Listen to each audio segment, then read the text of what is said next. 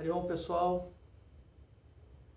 talvez você se lembre da época que você estava na escola e a professora perguntava assim: Fulano, liste para mim quais são as religiões monoteístas. E aí os alunos diziam: o cristianismo, o judaísmo, o islamismo. E a pergunta seguinte era: quais são as religiões politeístas, que tem muitos deuses? E aí, normalmente, as respostas eram os romanos, os gregos e os hindus. E a gente estuda isso na escola, mas isso, na verdade, reflete uma ignorância, uma falta de entendimento do que é a tradição indiana, do que é a tradição védica, que é a base da cultura indiana e do próprio entendimento do que é o hinduísmo como prática religiosa e espiritual. Quando os alunos começam a frequentar espaços de yoga, começam a estudar yoga, a ouvir mantras e tudo mais, muitos se surpreendem com a variedade de deidades, Ganesha, Shiva, Krishna, Rama, Kali, enfim, são muitos, E isso causa uma certa confusão. Mas essa confusão, na verdade, é caracterizada por uma falta de compreensão de um conceito anterior, que é o conceito de Ishvara. Ishvara quer dizer, literalmente, em sânscrito, aquele que governa, o Senhor.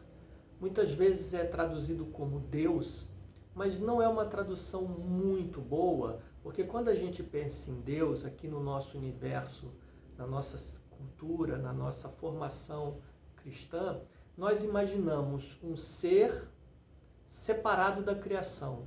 Existe o Senhor, Deus, e existe o universo, a vida criada por Deus, o Criador separado da criação.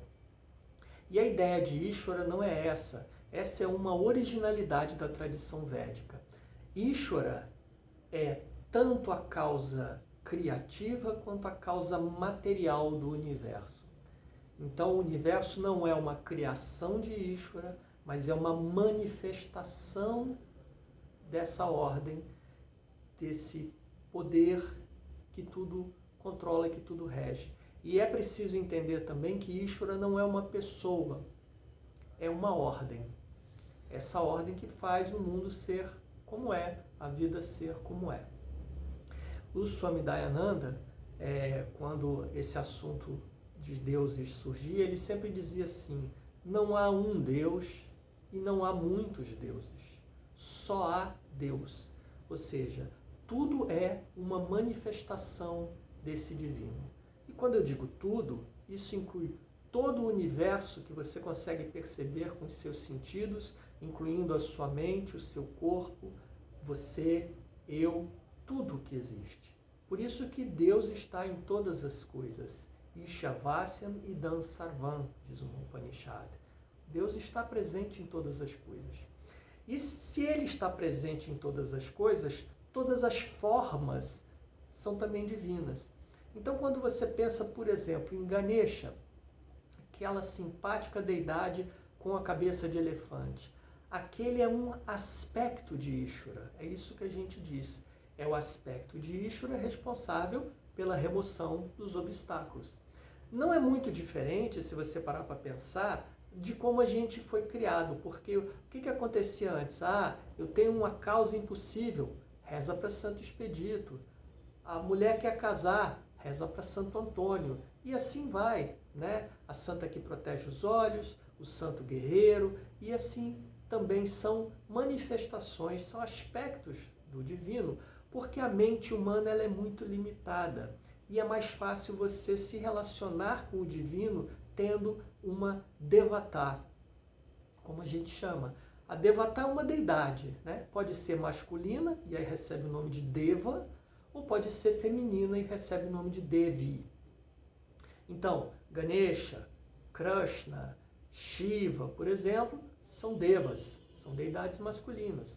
Parvati, Lakshmi, Saraswati, Durga, são deidades femininas, recebe o nome de Devi.